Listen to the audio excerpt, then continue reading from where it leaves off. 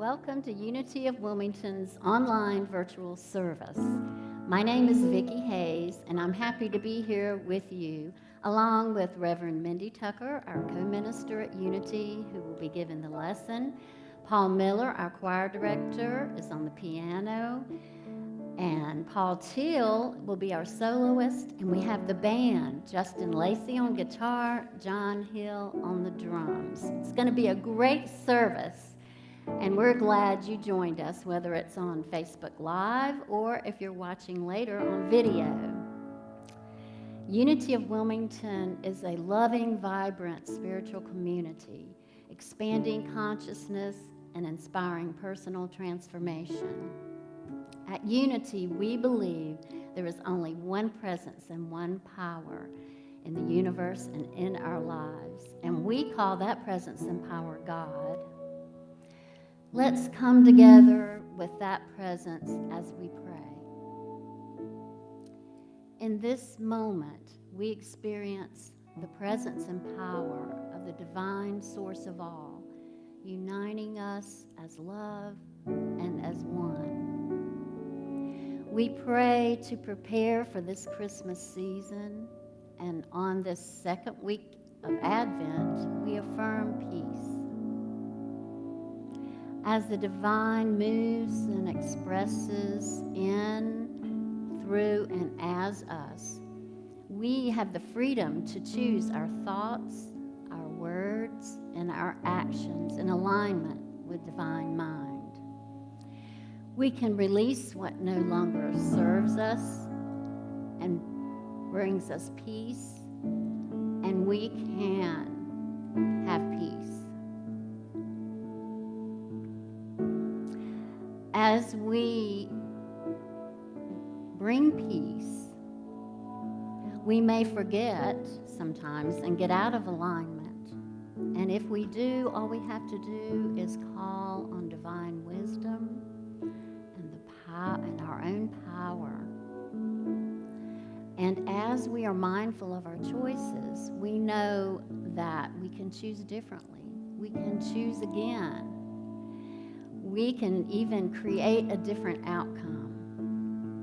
So it is not how often you forget, but it's how soon you remember you're true divine. You are true, you are divine. And for each thought, each word, and each action, we know that all is well. And so it is. Amen.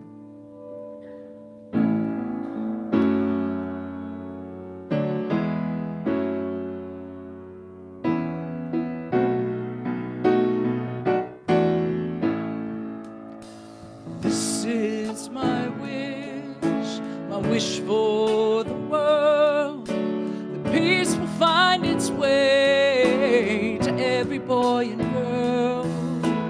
This is the time for harmony. Love be the song everybody sings. Fill the air with joyful noise. Ring the bell and raise your voice. Let there be peace on earth. Let there be peace on earth. Lift your light and let it shine. Shine, shine, shine. Let every voice be heard. Let there be peace on earth. I hear the sweet sound, the sound of hope to come. Together we could bring goodwill to everyone. Let it start with you. Let it start with me. Let every nation rise. Sing this melody. Fill the air with joyful noise. Ring the bell and raise your voice. Let there be peace on earth. Let there be peace on earth. Lift your light and let it shine. Shine, shine, shine. Let every voice be heard. Let there be peace on earth. Oh, oh, oh, oh, oh, oh.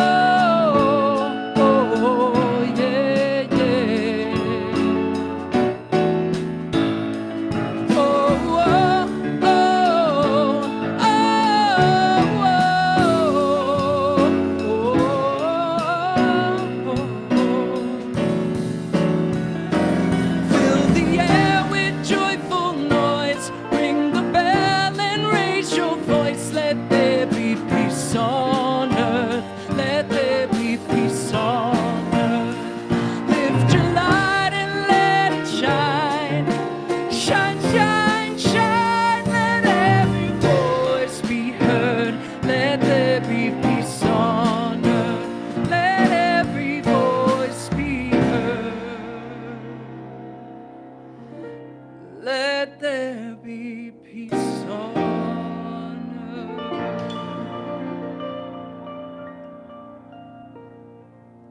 Thank you. Love the message of this song. This is the time for harmony. Let every voice be heard. Let there be peace on earth. A fervent wish for today in the time and the space that we have. In the Gospel of Thomas, Jesus said, "The kingdom of heaven is between us." In that space between us. Never before has space between us been so important. Unity is a spiritual movement, and it's really actually a confluence of mysticism, mind cure movement, and a branch of philosophy called metaphysics. Now, the mind cure movement practices have been taught by Unity for over 100 years, and they can be summed up in a single statement that's made very popular by contemporary gurus Louise Hay, Wayne Dyer, Brian Tracy: change your thinking, change your life. Mysticism, Unity follows the stream of mysticism that began with the teachings of Jesus. Seek first the kingdom. The Father and I are one. What we're really understanding in this mysticism is that in this present moment, the entirety of the kingdom of heaven, joy, love, and peace are available to us because we are one with the divine. We are one with divine mind. We are one with spirit. We are one with God. And then there's the branch of philosophy called metaphysics. Metaphysics is the science of mind and matter. It's about defining the nature of existence. And within the construct of metaphysics is the nature of space and time. I know I am not the only one who is baffled by time right now. I mean, how can it be December? How can Christmas be upon us? I haven't even taken my summer vacation at the beach. All this stuff has happened. As a co-minister in a spiritual community, the building closed in March. I am still waiting for the Easter extravaganza. And in March, not that I was freaked out by the shutdown of the pandemic or anything, I'm a very prudent person, but I went to CVS and I bought a tube of toothpaste, big tube of toothpaste, and several bars of soap. And this week I noticed that the tube of toothpaste is almost gone. And then later this week I went into my cupboard to get out a new bar of soap, and somehow, apparently, I have used them all up. So it's like time has passed, but time hasn't passed. What is the reality of time? Naturally, I Googled this question, and it led me down the most informative rabbit hole right to the science of time. Science, it's the new mysticism. So in this science of time, I looked at all kinds of definitions. Time is fatalistic. Time waits for no man. Time marches on. It is useless to fight the tide of time. And then time is an essential component of physics. It's an essential expression of physics. Newtonian time was really a man-made invention so that we could put order in our universe. Charles Fillmore, the co-founder of Unity, loved Newton, loved the whole idea of the order of the universe until he started reading about Einstein. Einsteinian time really is more metaphysical, because what it really says is space exists, and when at whatever point in time we place our attention on something, then that's what's going to manifest. So where we put our attention, then matter will appear in time. And then there's Platonism time, and there's reductionist time, and there's time travel, and there's the arguments that McTaggart put out, and there's questions, and there's all kinds of et cetera, which eventually leads us to, is there a metaphysical bias or preference or privilege to time? I only recognized how deep I was in the rabbit hole when I felt the urge to diagram out some of the substantivism parts about time, like, is the rail car moving on the track, and how fast can it possibly move on the track, and then how is it moving relative to other cars? And really what I got curious about is, what does movement have to do with the relativity of absolute time and absolute space? And somehow this explains how so much time has passed without feeling like time has passed. Like how I could have used up that entire tube of toothpaste, how I could have used up all those bars of soap, and how I could still feel like I'm waiting for the Easter extravaganza, and I'm still waiting for my summer vacation at the beach. And yet here it is, December, and we are together, virtually together, in the most wonderful time of the year. Not everyone feels like it's the most wonderful time of the year. Yes, a lot of us engage in a lot of activity, a lot of effort to have the most phenomenal Christmas or Hanukkah or Kwanzaa ever. We prepare special foods, and we shop for gifts, and there's a lot of joy for a lot of us, but not everybody feels that way. There are those of us who dread the holidays because of our stark memories of the past and a bleak vision of the future. James Ellis McTaggart was one of the most interesting and important structural metaphysicians of the early 20th century. And this is not a rabbit hole, I promise you, so stay with me. He wrote about the A theory of time and the B theory of time, and how both exist at the same time and both are true.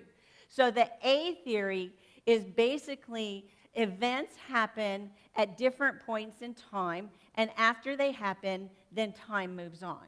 It's very linear.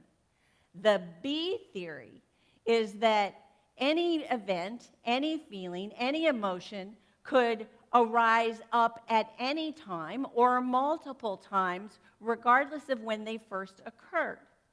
So if you think about losing your temper, it's a perfect example, because we all lose our temper. When we lose our temper, it doesn't always look the same. Like, my losing my temper might be different than you losing your temper, and sometimes even my losing my temper will be different than other times when I lose my temper. So sometimes I lose my temper, and I'll say, that's quite all right, which is a signal to me that I'm very angry, but it is inappropriate or unsafe to express my opinions in that moment in time. And sometimes my outbursts are very passionate, They say exactly what I'm thinking, exactly what I mean, and they're just like the full-on flow of my anger coming out. Something like, what were you thinking when you backed your truck up into my car? Something like that. So really, in the A theory, I would feel that feeling and I would be done. But in the B theory, I would feel that feeling every time I brought it alive in my mind. So whether it was 2 days ago or a year ago last September, in the A theory, that's in the past. It should be done. It's very concrete. And yet in the B theory, if I haven't done my internal healing work, if I haven't taken the charge off those feelings, whether the event happened 2 days ago or a year ago, September, if I start thinking about them, I am going to be just as angry in that moment as I was back then. So you see how in the B theory, everything can be happening at the same time. In the A theory, there's a past and there's a present. There's a future, but it exists in potential, so we don't ever talk about it. But in the B theory, there is no difference. There is no relative difference between the past and the present and the future, because everything is now. Everything is now. A number of years ago, my minister at the time gave a Sunday lesson about time and about space and about healing. And he said, have you ever noticed when you make a commitment to healing, to the abstract? And why would we make a commitment to the abstract? Why would we make a commitment to something that's so ethereal? Well, because we are drawn to the ethereal. We are drawn to that oneness with God. We are drawn to that abstract experience. When we are in the abstract experience, it's easier for us to see our divine nature. It's easier for us to recognize our pure potential. It's easier for us to recognize that we are the Christ. Now, in a concrete universe, it's too audacious to think of us, ourselves, me, you, being the Christ. Because look at all those concrete examples, that proof in the past that might indicate otherwise. And yet we're drawn to make this commitment to lead an abstract life. So maybe it's better to say, have you ever noticed when you make a commitment to your spiritual awakening, it must be big because I'm having a fainting moment. Have you ever noticed when you make a commitment to heal, that what needs to heal will be revealed? A number of years ago, I had a minister who talked about this very thing in a Sunday lesson, and it freaked me out.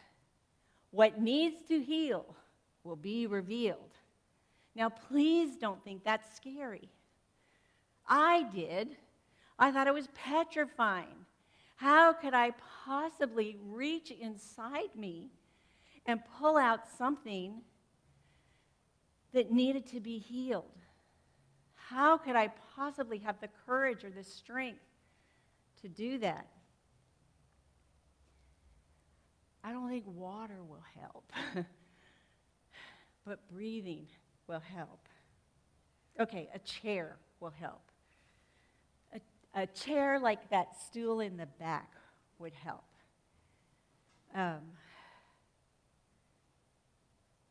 I love metaphysics. I love divine timing. And I love the whole physical representation that we're on to something really big. Thank you, Chris. What needs to heal will be revealed. And I began years ago to say, why? Why does spiritual healing have to be so scary? Why does spiritual healing have to be so hard? Why? And I recognize my spiritual maturity was that of about a 3 or a 5-year-old. Why?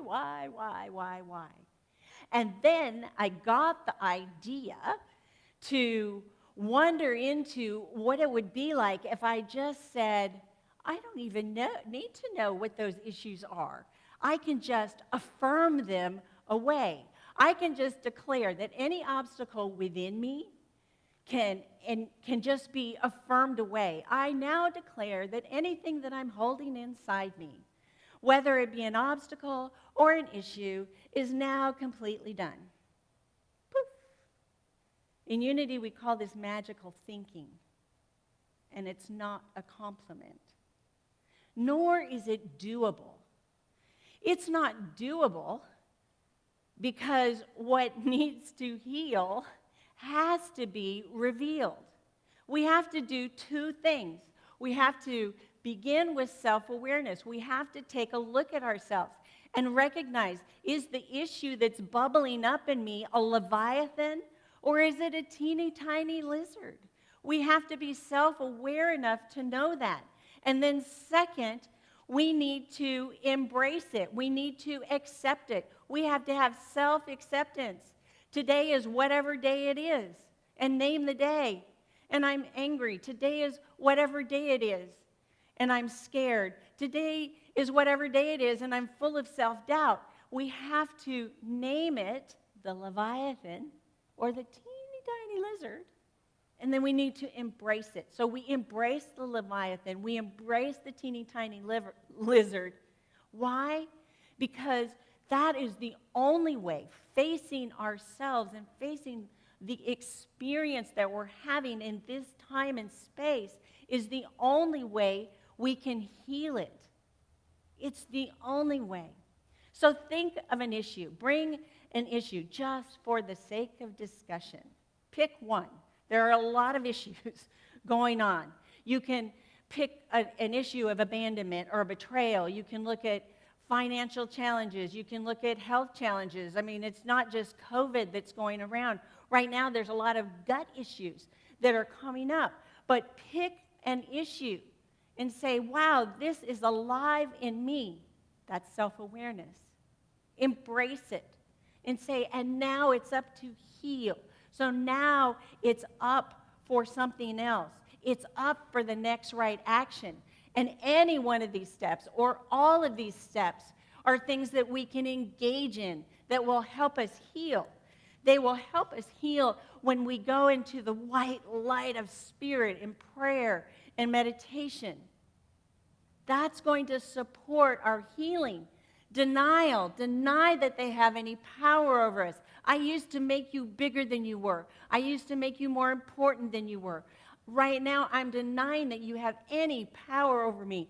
We can give full expression to all the feelings that are around it. If they're feelings of joy, let them out. If they're feelings of anger, let them out. If they're feelings of fear, let them out. Get them out of you. Release old beliefs. Release old beliefs. Oh, I could never do that. That's a belief. Release old and outworn beliefs that no longer serve you. Do the forgiveness work. Realign your thinking with divine mind. Affirm the truth of who and what you are. Say, thank you, God, and amen. You're free. You're liberated. You're peace-filled. You're spiritually awakened. And it feels fabulous. Right? Right? And then you hear the Dolly Parton song. Here you come again, looking better than a body has a right to, shaking me up so that all I really know is here you come again. And here I go. I mean, we feel like we're going crazy. And why is that? Because both A theory and B theory are true. We feel like we were concrete. We have dealt with this issue. It should be finished. And yet, B theory exists in time. Here it comes again. But if we've done all of this healing work, the good news is the next time it comes around, we're in a different state of consciousness. We're in a higher mind. We've taken the charge off of it. So when the issue comes back around, we're dealing with it in a whole nother way.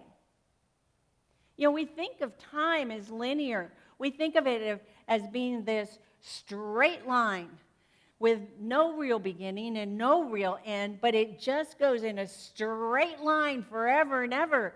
We think that about our spiritual journey. It goes in a straight line. We make the commitment. We're going to go from A to B. Well, maybe I should pick a different analogy. We're going to go from 1 to 7 or from 0 to 60. And then we're going to be there. We're going to arrive. But that's not how it works at all. Some of you may be familiar with the cartoon. This is what people think it looks like.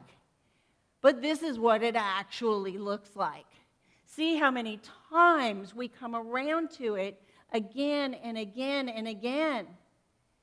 I don't even think this is an accurate representation because every line has a shape, and not every line is in the same parallel. Sometimes you get blobs.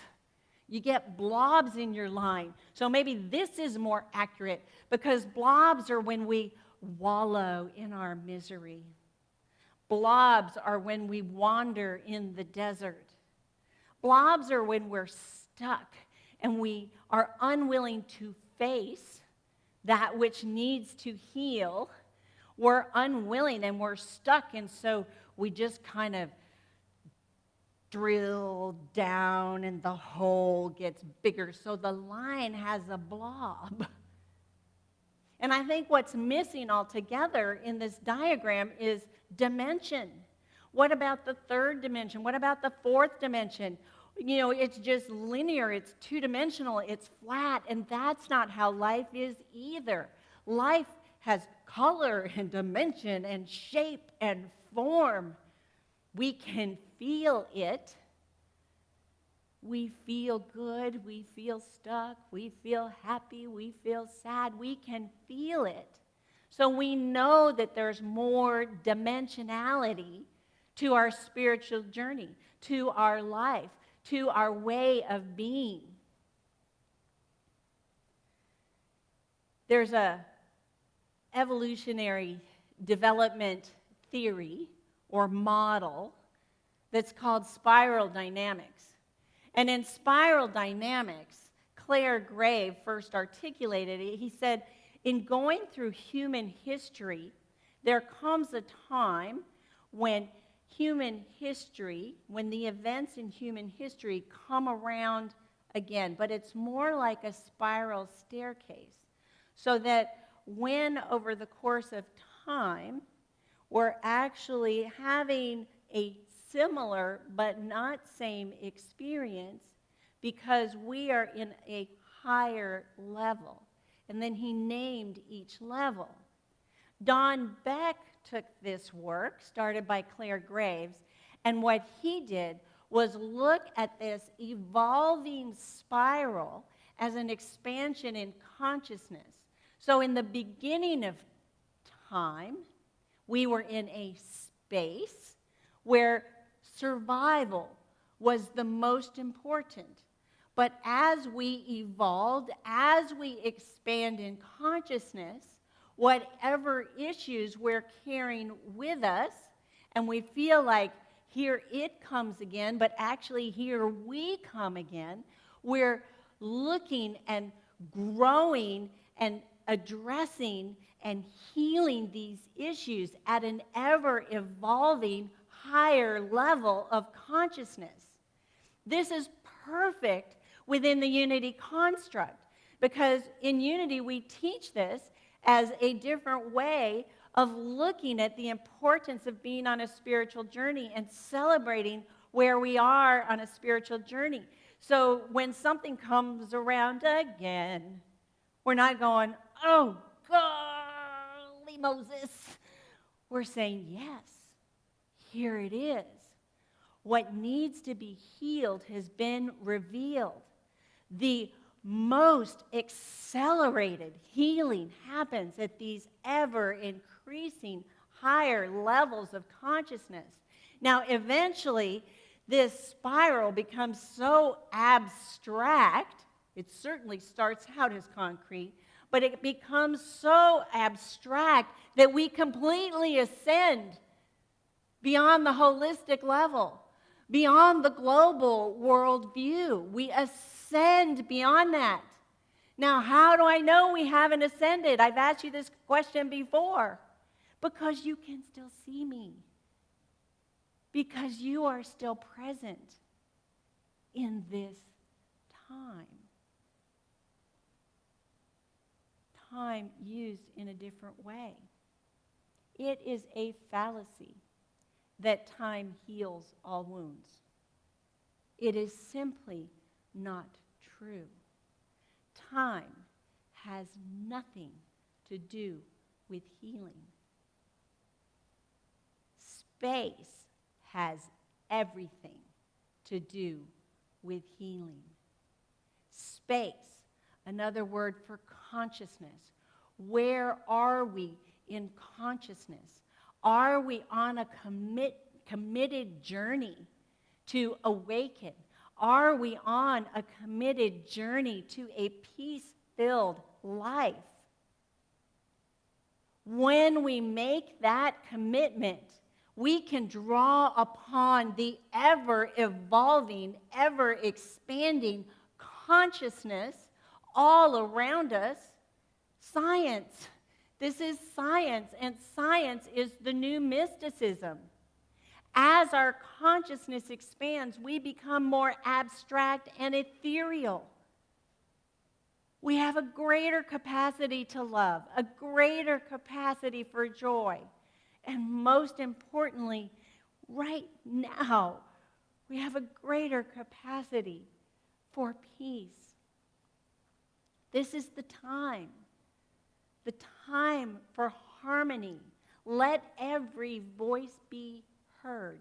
Let there be peace on earth. Science, the new mysticism. Are you in? Are you in? Because if you're in, I have an affirmation for you. In my oneness with God, the concept of time is irrelevant. Who cares how much time has passed? If in this moment I am ready to heal, I am ready to heal.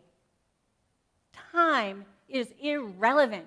I commit to awaken and heal what needs to be healed as many times as it takes until I am so filled with love, joy, and peace, there isn't room for anything else.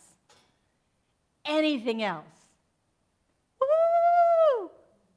How abstract and ethereal is that? And that's you.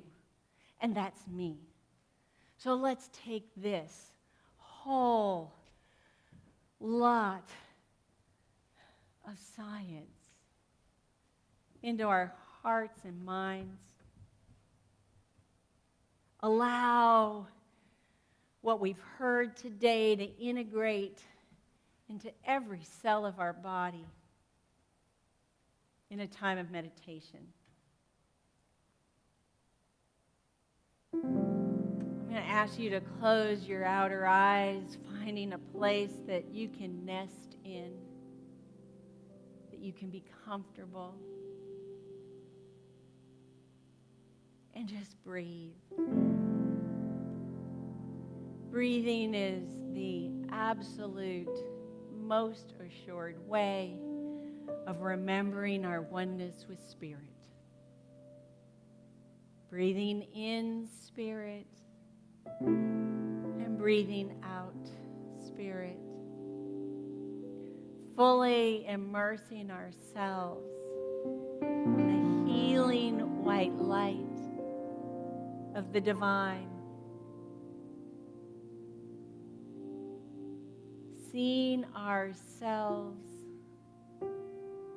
surrounded, supported, infused, bathed, shimmering in our oneness with God.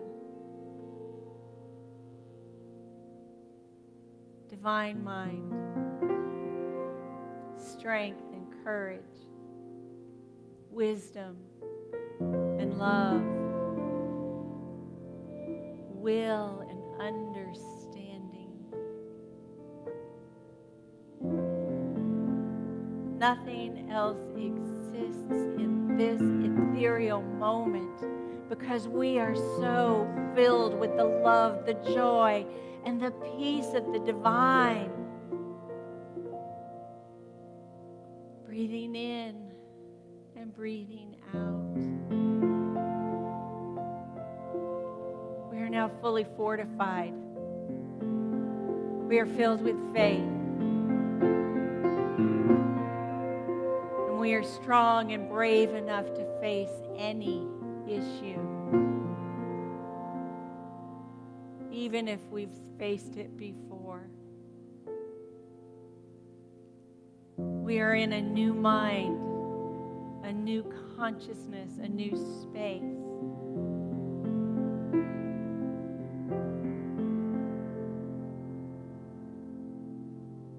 Shimmering away old beliefs, letting go of outworn patterns and thoughts that don't serve us.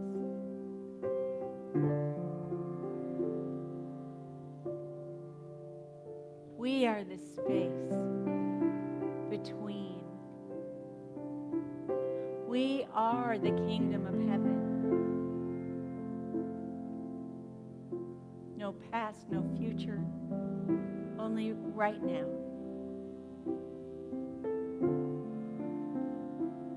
And in this right now, we are loved, supported, carried, celebrated in new ways, healed ways, ways that are fully awake and aware.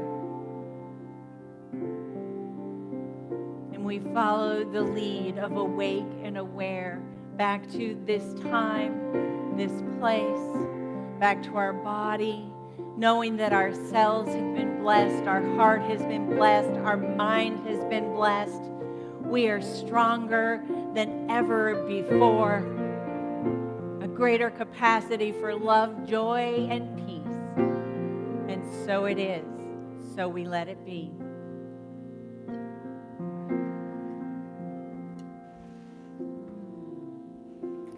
Now's the time of year that we see a lot of giving and receiving. We see that law of circulation and action. And I'm reminded of the many blessings that I receive from Unity of Wilmington. The weekly lessons, the meditations, the people, even though I don't see them, I know that they're there. The music and the prayer support. And I invite you to think about how you've been blessed by Unity of Wilmington and give with the joy of Christmas, the joy of the Christmas spirit and gratitude, knowing that we are all in the flow of abundance and prosperity, giving and receiving. Thank you. We are grateful. Sidewalks covered up in snow, lights up everywhere we go. Santa's on his way. It's Christmas every day. It's here again. Finally the season when everybody's caroling. Peace on earth, goodwill to everyone. Children all having fun, waiting on Santa to come with a bag full of Christmas cheer.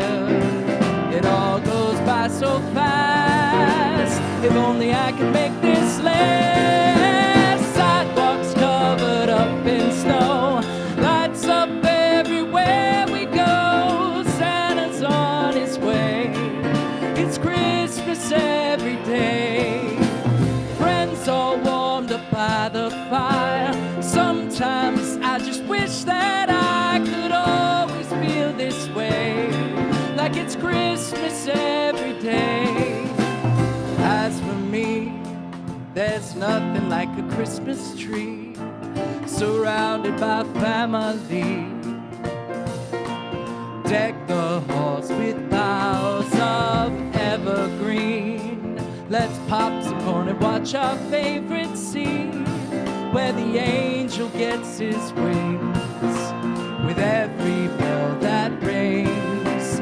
It all goes by so fast. If only I could make this last. Sidewalks covered up with snow, lights up everywhere we go. Santa's on his way, it's Christmas every day. Friends all warmed up by the fire. Sometimes I just wish that I could always feel this way, like it's Christmas every day. Oh, oh, oh, oh, oh, Christmas every day.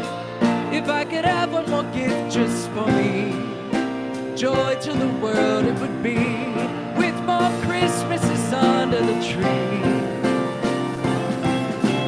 Sidewalks covered up with snow, lights up everywhere we go. Santa's on his way, it's Christmas every day. Friends all warmed up by the fire. Sometimes I just wish that I could always feel this way, like it's Christmas every day. Sidewalks covered up with snow, lights up everywhere we go. Santa's on his way, it's Christmas every day. Thank you so much. Thank you, Paul, Justin, John, the other Paul. We thank you for being with us today. We thank you very much. We have a Daily Word magazine that's published by Unity. And Vicki's going to come up and she's going to tell us what the Daily Word is. The daily word is peace, and the affirmation, I radiate peace, blessing everyone. If you would like some prayer support for recognizing yourself as a blessing and your capacity for radiating peace, please don't hesitate to reach out to Unity of Wilmington. You can call us 910-763-5155. You can email Reverend Nikki, revnikkigolden@gmail.com. You can call Silent Unity, but please know that we are here with you and for you. We don't want to leave our time together without some very important affirmations about you. You are a beloved expression of God, You are here for a holy purpose. and you are always in the right place at the right time, right now. Yes, you are. Science, it's the new mysticism. I hope you've recognized today in some glimmer, glimpse, or fashion that time is irrelevant to your healing and the healing of the planet, that space, consciousness is everything. And I can't wait for the moment you recognize that you are so filled with love, with joy, and peace that there's not room for anything else. Thank you very much.